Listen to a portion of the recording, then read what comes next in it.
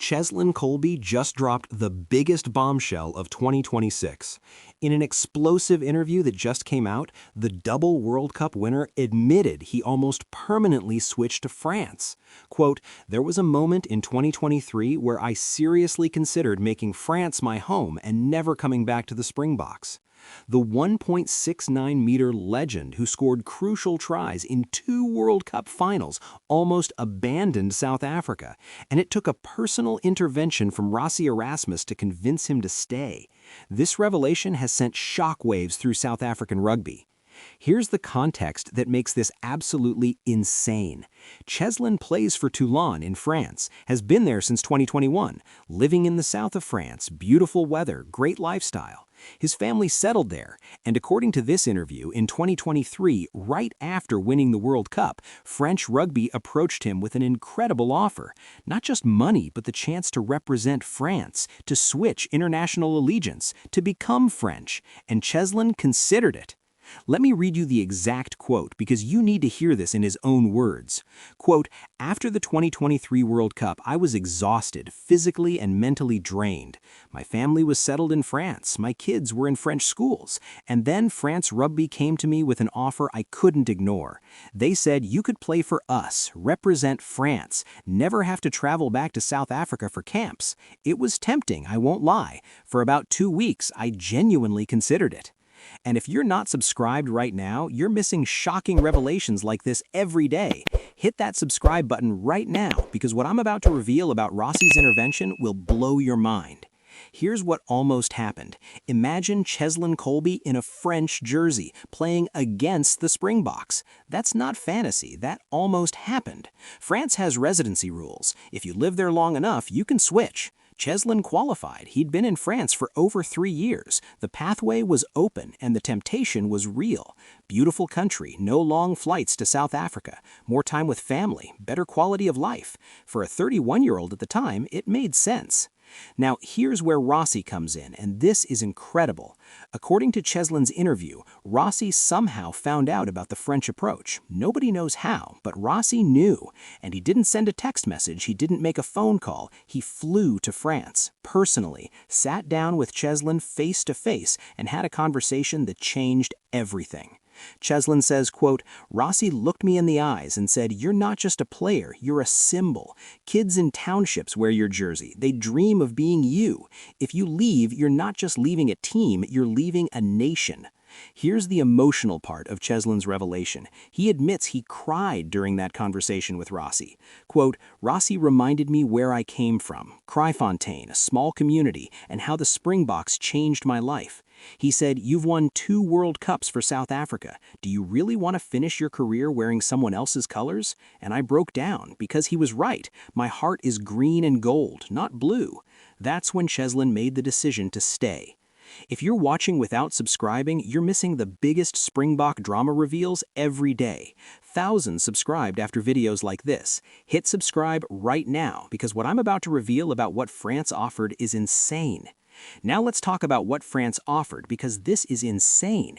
According to sources close to the situation, France promised Cheslin he'd be their starting winger immediately, guaranteed, no competition, just show up and play, plus a massive salary increase from the French Rugby Federation, plus complete flexibility on club versus country. They wanted him that badly. Because imagine France with Cheslin Kolbe, their already dangerous backline would become unstoppable. Here's what makes this revelation so shocking. Cheslin never mentioned this before. 2.5 years of keeping this secret, playing for the Springboks, scoring tries, being the fan favorite, and the whole time he'd almost left. He almost chose France. Nobody knew, not the media, not most teammates, just Cheslin, his family, Rassie, and the French officials. That's how close we came to losing him. Let me tell you what Cheslin said about his family's reaction.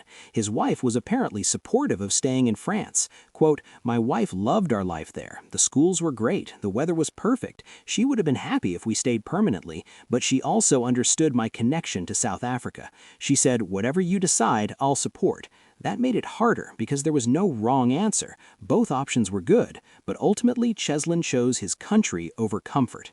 Now, here's the implications of this revelation.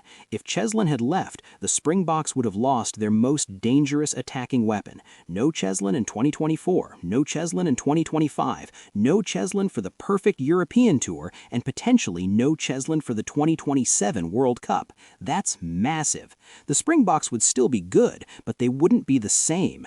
Cheslin's speed, his X factor, his ability to score from nothing, irreplaceable. Here's what Rassie said when asked about this revelation. Quote, "Yes, I flew to France, and yes, I convinced Cheslin to stay. But I didn't beg. I just reminded him of his legacy, what he means to South African rugby, what he means to kids who look like him.